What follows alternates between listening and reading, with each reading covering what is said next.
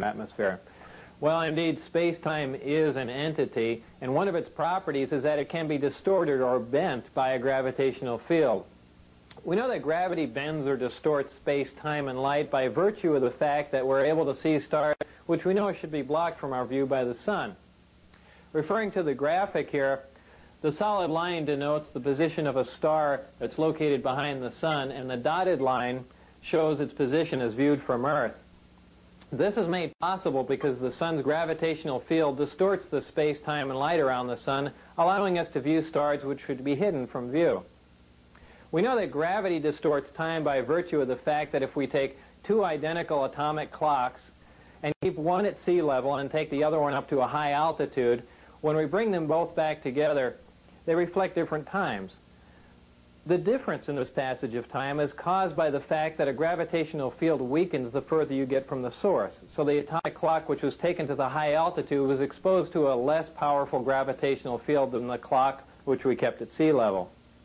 The effect of a gravitational field on space-time is something that we've been able to observe, but not to experiment with. This is due to our inability to generate a gravitational field. And up until this point in time, great mass such as a star, planet, or moon was the only source of a discernible gravitational field that we're aware of. So just as the gravitational field around great mass such as a planet distorts space and time, any gravitational field, whether naturally occurring or generated, distorts space and time in a similar manner. Now, the great benefit of generating an intense gravitational field is not only can you turn it on, but you can turn it off. If we refer back to our original illustration of space-time distortion, we can see that when we generate an intense gravitational field, we can distort the space-time and in turn the distance between the point where we are and the point where we want to be. We can then position ourselves at the point where we want to be and then stop generating the gravitational field, allowing space-time to return to its natural form.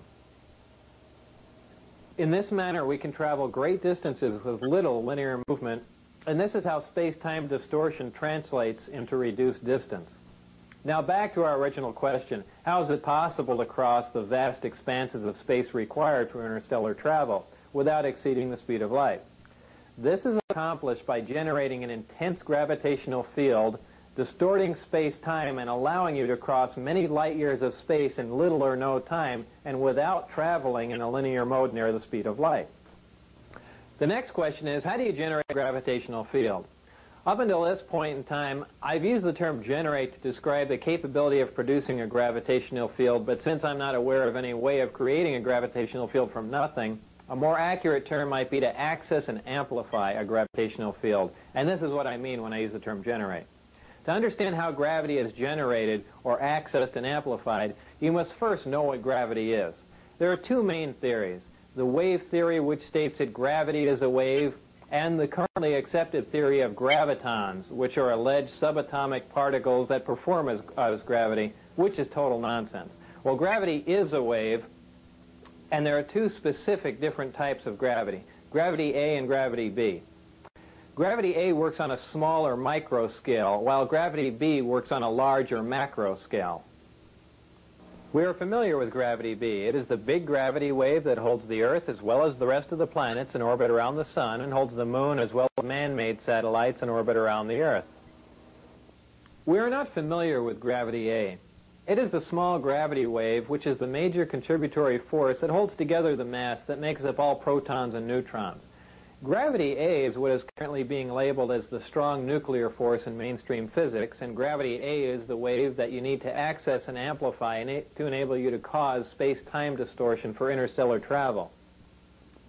To keep them straight, just remember that gravity A works on an atomic scale, and gravity B is the big gravity wave that works on a stellar or planetary level. However, don't mistake the size of these waves for their strength, because gravity A is a much stronger force than gravity B. You can momentarily break the gravity B field of the Earth simply by jumping in the air. So this is not an intense gravitational field. Locating gravity A is no problem because it is found in the nucleus of every atom of all matter here on Earth, and all matter anywhere else in our universe. However, accessing gravity A with the naturally occurring elements found on Earth is a big problem. Actually, I'm not aware of any way of accessing the gravity A wave using any Earth elements. whether naturally occurring or synthesized, and here's why. We've already learned that gravity A is the major force that holds together the mass that makes up protons and neutrons.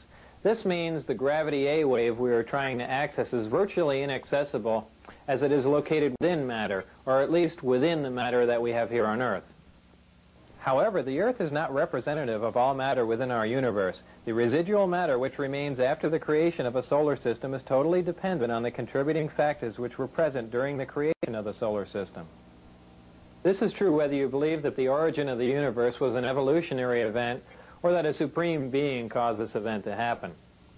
The two main factors which determine what residual matter remains after the creation of a solar system are the amount of electromagnetic energy and the amount of mass present during the solar system's creation.